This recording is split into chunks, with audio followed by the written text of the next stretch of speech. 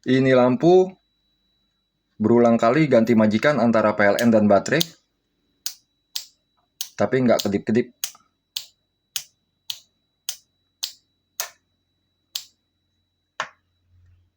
Jumpa lagi teman-teman di channel Electro Homes. Ini saya upload agak terlambat ya, tanggal 21. Mestinya kemarin, cuma ada kesibukan yang nggak bisa saya tinggalin. Kali ini saya akan membahas tentang SSR ya, Solid State Relay. SSR. SSR ini fungsinya sesuai namanya sebagai pengganti relay ya, atau kontaktor. Relay atau kontaktor digerakin secara mekanis, sedangkan ini saklarnya digerakin secara elektronis. Itu aja prinsipnya. Jadi kalau relay atau kontaktor kan dia ada koilnya. Ada koilnya, sebentar ya saya gambarkan ya. Nah ini, nah ini kontaktor nih contohnya nih. Atau relay lah, relay jumbo. Kalau kontaktor biasanya untuk arus besar 220 atau 3 fasa 380 volt. Jadi kalau relay itu cara kerjanya kan. Nah ini coil.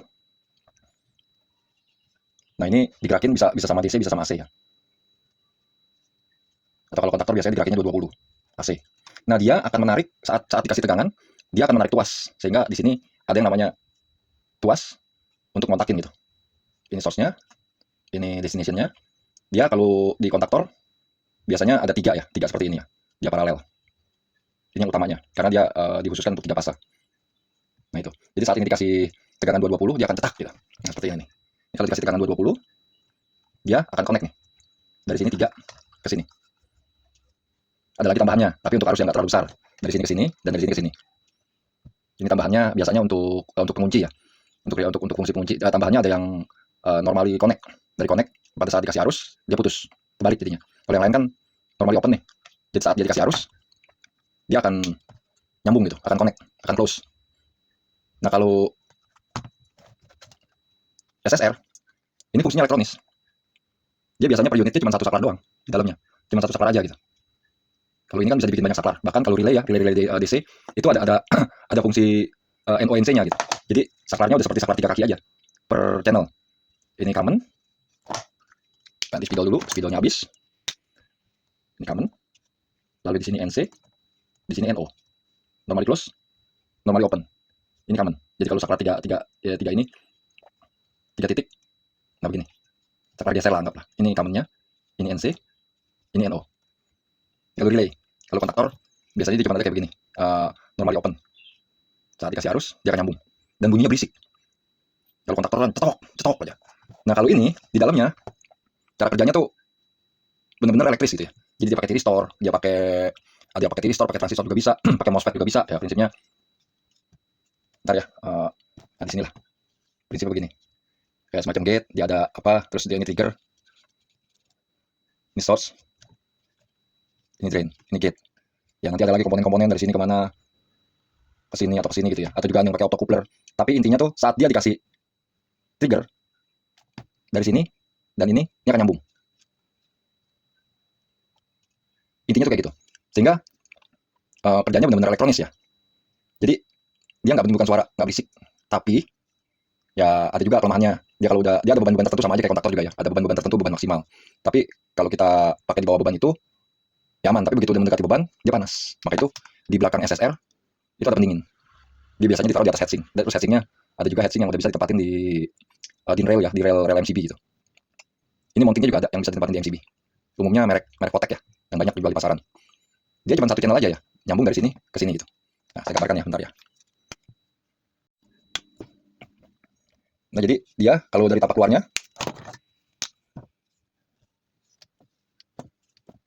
ini outputnya kalau merek-merek umum dari pasaran tuh 24 volt sampai 380 AC ya outputnya. Jadi ada batas-batas tertentu karena fungsinya fungsi elektronis bukan mekanis. Kalau mekanis kan dia penting nyambung mau berapa volt pun ya. Walaupun maksimalnya juga ada, tapi kalau minimalnya sih nggak ada. Berapa volt pun ini jadi disambungin gitu. Tapi kalau ini karena fungsi elektronis seperti yang saya bilang tadi, dia ada batas-batasnya. Nah ini outnya. Biasanya dia di aplikasinya seperti ini nih. Nah itu. Ini beban. Ini listrik. Ini yang di switch line. Ini netral. Ini beban. Yang mau lampu, mau kipas angin, mau TV atau apapun juga. Nah kontrolnya ini ada AC ada DC. Biasanya tuh kodenya misalnya 10 AA. Ini 10 nih ampernya. Ini inputnya berarti AC. Ini outputnya. Berarti dia bisa dikontrol dengan AC juga gitu, dengan tegangan AC. Outputnya ini yang dikontrol, yang di switching AC juga. Jadi di belakang ini ada AA, ada DA, ada DD. Kalau DD yang dikontrol nih, yang dikontrol dan yang mengontrolnya sama-sama DC gitu. Kalau AA sama-sama AC, kalau DA ini pengontrolnya, anggaplah ini DA ya. Ininya DC. Yang banyaknya dia bisa dari 3 sampai 32 volt DC. Nah, di sini unggulnya lagi, teman-teman. Jadi dengan bisa dikontrol sama 3 sampai 32 volt DC, dia bisa main untuk bisa dikontrol dari microcontroller. Jadi untuk teman-teman yang bisa pemrograman untuk Arduino, itu bisa coba. Itu kan outnya macam-macam ya. Antara 3 dan 5, bukan macam-macam sih. 5 lah, banyaknya 5. Ada active high, ada active low. Nah ini kontrolnya enak nih. Biasanya ada plus minus ya. Nah, jadi rentangnya juga jauh. Jadi kita mengontrol kasarnya pakai baterai begini juga bisa gitu. Nah, untuk yang saya punya ini, dia double nih, dual SSR dalam satu unit. Tuh, kalian lihat pengontrolnya juga ada 4 ya. Kiri plus, minus, nomor 2, plus lagi minus. Jadi kiri plus minus, 3 sampai 32 volt DC untuk yang ini. Untuk output yang ini, dari sini, switch ke sini. Kanan, kaki nomor 3 nih plus, kaki nomor 4 minus, untuk mengontrol yang sebelah kanan. Dari sini, out ke sini. Input-outputnya sejauh yang saya coba, bisa terbalik.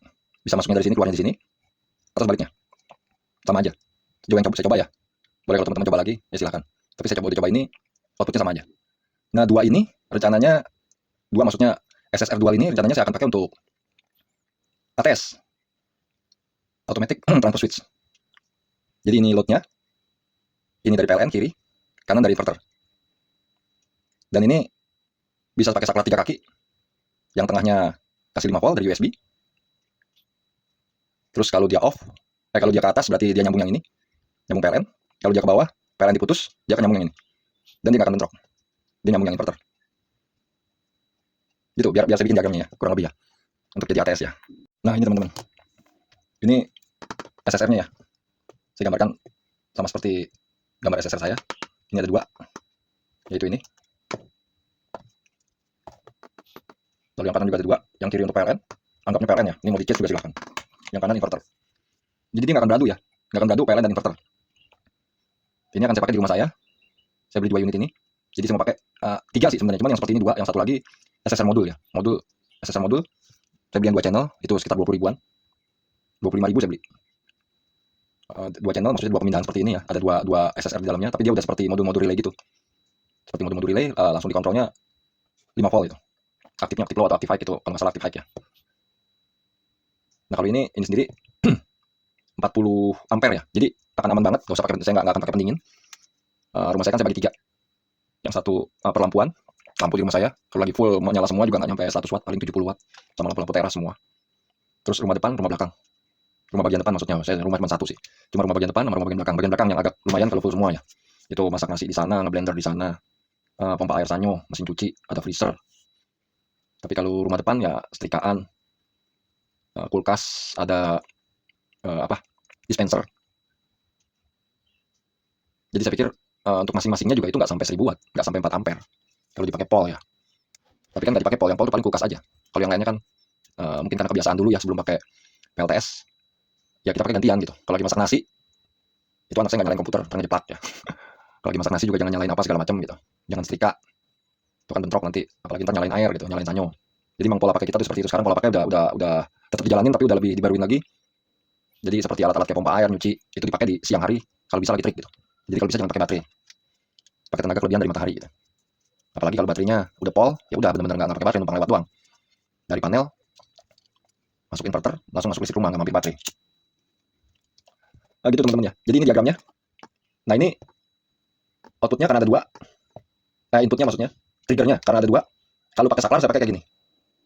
Jadi kapan waktu dia di sebelah kiri, di normally close, dia sisi kiri itu sisi PLN yang nyala. Yang akan memberi asupan untuk load. Jadi load ditenagai oleh PLN. Tapi begitu dia kontak ke kanan, yang kiri putus, yang PLN putus, dia akan ke inverter.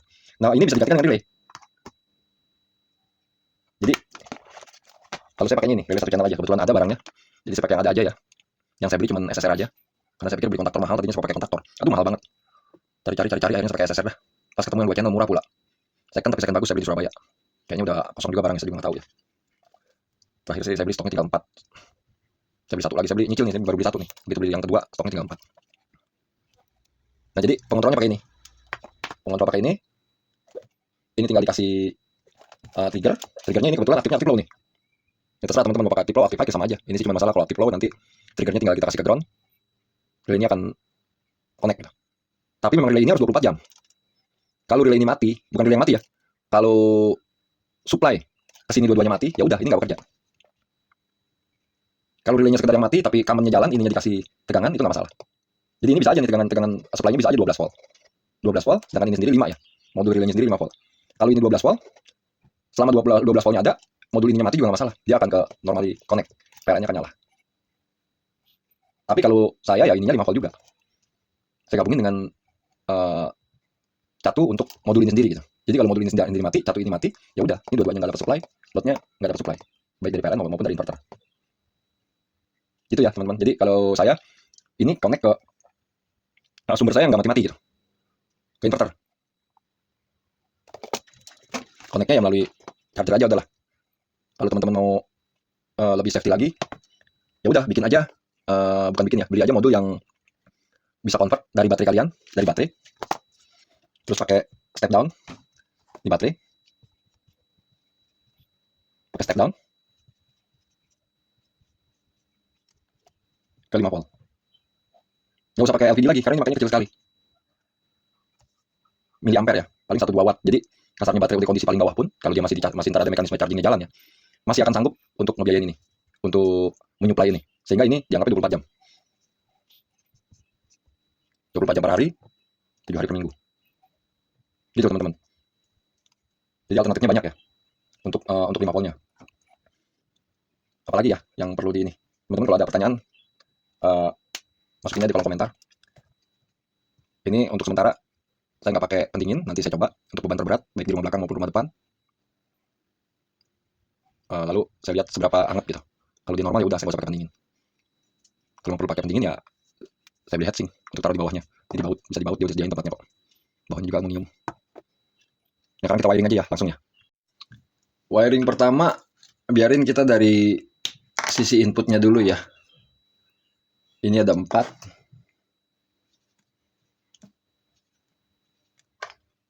Plus minus. Berarti kaki 1 dan kaki 3 itu biar dia ke output modul relay nih ya.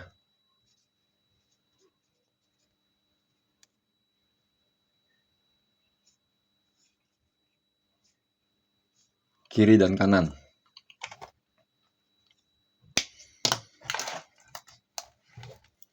Nah, ini modul relaynya. Ini kiri kanan.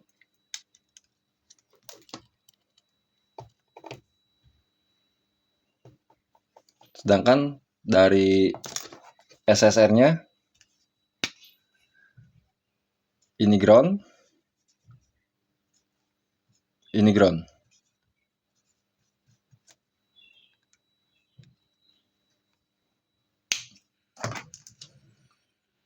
Oke, untuk ground saya udah siapkan. Siapkan breadboard ya.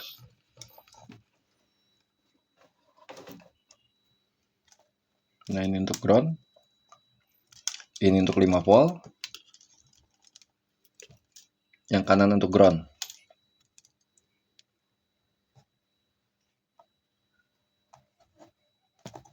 Nah, ini kita masukin ya. Nah, ini teman-teman ya. Bisa dilihat ya. Jadi yang plus kaki 1 dan kaki 3 masuk ke sini.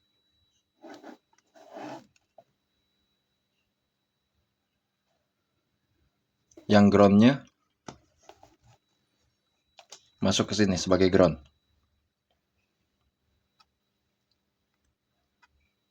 Lantas ini dia harus dapat 5 volt. Ini kaki tengah relay nih. Commonnya si relay. Dalam hal ini dia dapat 5 volt. Saya masukin ke sini ya. Ini 5 volt.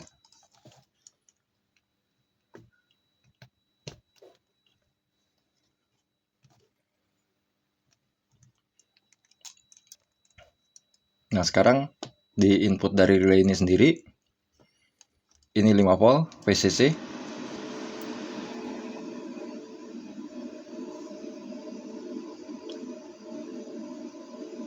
VCC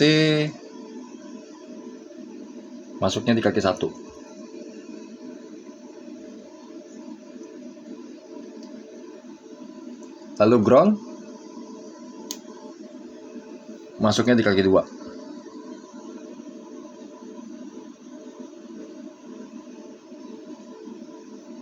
Lalu untuk triggernya sendiri,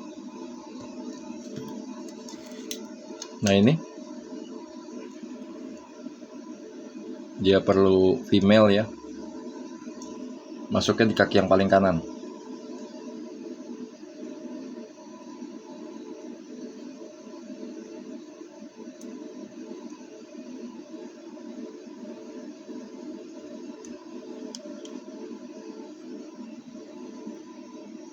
Nah itu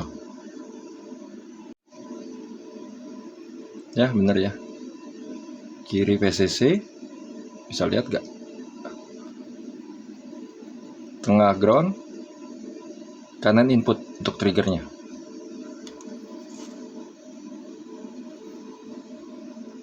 Kita lihat dulu ya. Nah, jadi ini VCC, saya kasih USB masuk ke plus USB, groundnya saya kasih USB masuk ke minus USB. Nah, ini USB-nya. Ini teman-teman ya.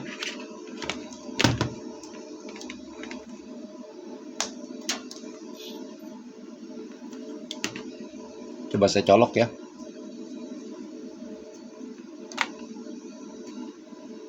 Nanti nyala.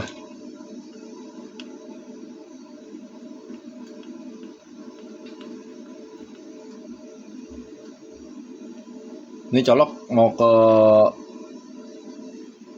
inverter atau ke PLN ya sama aja lah. Dia buat beri asupan. Dalam hal ini yang colokan deket, ya udah ke PLN dulu. Itu nanti teman-teman bisa variasiin mau ke inverter atau yang saya bilang tadi mau pakai step down dari baterai. Yang penting dia punya asupan 5 volt nih. Baik untuk relaynya maupun untuk modulnya. Lalu ini yang dari USB ya. Plus minus, kuning plusnya, hijau minusnya. Nah, ini yang trigger. Yang triggernya berarti yang ini. Dia aktifnya aktif low. Tuh. Jadi saat dia ketemu ground,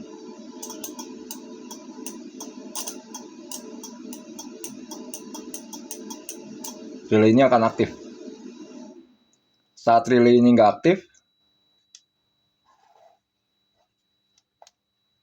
tuh dia kena interferensi ya. Kalau saya pegang hijaunya nyala dikit, sebenarnya mati dia. Interferensi aja, interferensi tangan. Saat relay ini mati, yang dapat asupan dari SSR ini yang sebelah kiri. Tapi saat dia nyala, yang dapat asupan kanan. Oke, biar enak ininya, biar saya pasang saklar ya. Dari ground ke trigger, saya pasang saklar. Nah, ini teman-teman, sudah pasang saklar ya. Saklar, kabel hitam kuning. Yang satu ke ground USB. Seperti yang saya gambarkan tadi. Ground USB. 5 volt. Satunya lagi, si kuning, ke trigger dari modul relay.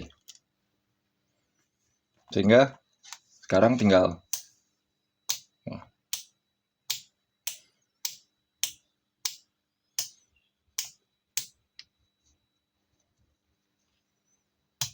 Jadi untuk si SSR mau hidup yang kiri atau hidup yang kanan, kita kendalikan dari sini.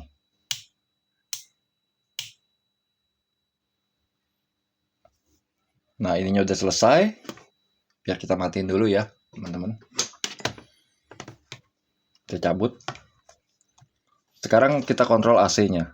Kita rangkai AC-nya. Kita pakai beban lampu ini ya.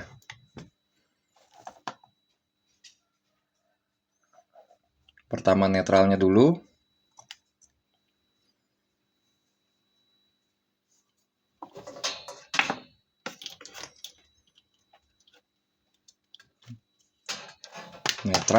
Netral inverter dan PLN sudah saya gabung. Jadi netralnya masuk ke sini, ke lampu. Netralnya nggak di switch ya, langsung dari netral yang digabung itu. Jadi yang kita switch tuh line-nya aja, fasanya. Netralnya enggak. Nah, ini netral ya. Ini dua kabel yang dari PLN dan dari inverter. Netralnya saya gabung. Nah, ini netral nih. Ini netral. Saya gabung ya. Gabung 3 kabel udah. Saya bendel. Saya jepit.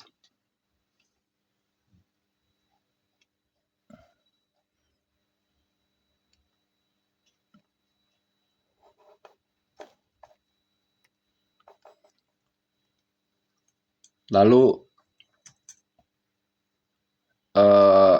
kutub satunya lagi dari lampu saya masukin ke load. Ini lampu kita anggap load ya. Saya jepitin ke sini.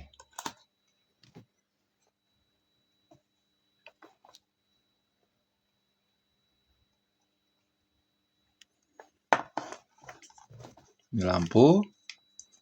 Kelihatan nggak ya teman-teman ya? Nah, begini deh, udah aman. Lalu ini yang sebelah kiri PLN ya. Ini PLN. Ingetin kabel yang ini PLN. Sudah tandain di kabel di stekernya juga line dan netral.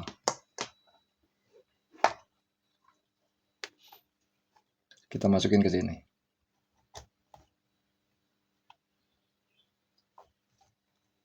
Kita jepit ke sebelah kiri. Lantas yang kanan.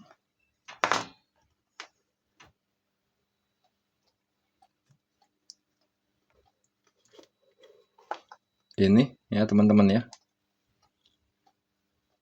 Si merah. Ini stekernya.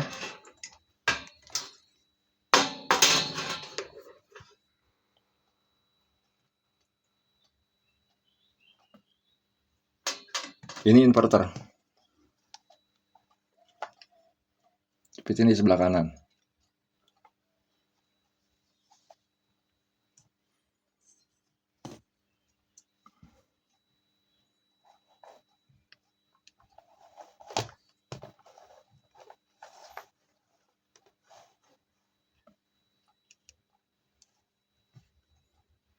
Kelihatan semuanya ya teman-teman ya. Biar kelihatan semuanya. Biar transparan kita. Sekarang kita nyalain relaynya dulu ya. Kita nyalain relaynya dulu.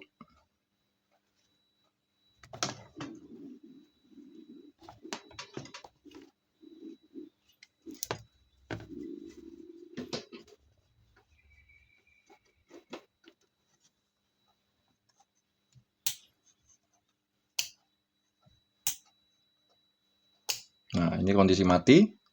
Mestinya yang PLN nyala. Sekarang yang ini saya colok ya. Yang PLN ya. Colokin ke PLN. Line dan netral. Dia nyala. Saya tutupin ya. biar nggak silau.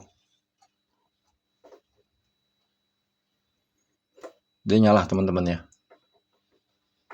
Nah sekarang saya nggak ini ke sana dulu, biar ini. Nah itu. Jadi saat relay saya kasih trigger, dia mati. Tapi karena inverter belum dicolok, dia tetap jadi mati. Karena yang inverter belum yang untuk inverternya belum saya colokin ya. 220-nya. Oke, di kondisi mati. Asupan mesinnya dari inverter, dari kabel merah ini. Sekarang inverternya saya colokin ya. Ini inverter. Saya colokin. Ya biar teman-teman lihat ya. Tadi saya udah colokin yang PLN. Nah itu PLN. Nah ini bawa inverter.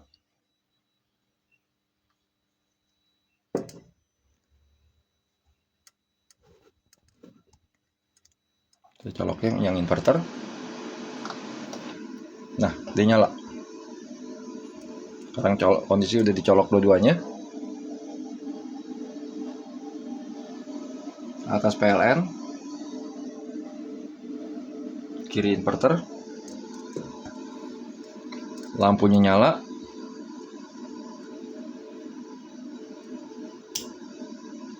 Ini saya switch. Berarti sekarang ini udah ditenagai sama PLN. Sekarang inverter. Sekarang PLN. Sekarang inverter. Nah itu teman-teman ya. Jadi kalau untuk lampu itu benar-benar kita bisa seberapa cepat, benar-benar nggak pengaruh. Boro-boro kedip karena dia udah bukan milisecond lagi perpindahan di SSR, tapi ini tetap milisecond karena ada perpindahan dari relay. Tapi relay kan cuma buat ngendaliin si SSR ya. Di SSR-nya sendiri perpindahannya tuh benar-benar microsecond, bukan millisecond. Nah, saya rencana nanti yang 2 unit saya akan gabungkan dengan zero crossing. Yang udah saya buat kontennya di 2 minggu lalu ya, 2 minggu yang lalu. Jadi nanti satu zero crossing akan 2 load. Load satunya yang untuk lampu saya bikin manual seperti ini karena lampu nggak perlu dia nunggu zero crossing. Lampunya LED apalagi. Satu rumah, lampu rumah. Dia mau gimana aja ya aman-aman aja seperti sekarang. Kedip juga enggak tuh. Ya. Nah, sekian dulu teman-teman ya. Semoga berguna. Kalau ada yang mau ditanyakan silakan komen. Terima kasih udah menyaksikan. Nanti saya akan rakit 3 unit seperti ini. Yang satu 2 ampere saja untuk khusus perlampuan tanpa pakai zero crossing. Yang duanya seperti ini, tapi untuk ngegerakin kapan pindahnya itu akan memakai zero crossing, yaitu untuk rumah depan dan rumah belakang yang mana di sana banyak peralatan elektronik, kulkas, magic jar, komputer dan lain-lain. Akan saya buat, nanti saya akan tampilkan videonya sekaligus wiringnya. Oke teman-teman ya, terima kasih. Jangan lupa subscribe, share, dan komen untuk channel saya. Salam Electro Homes.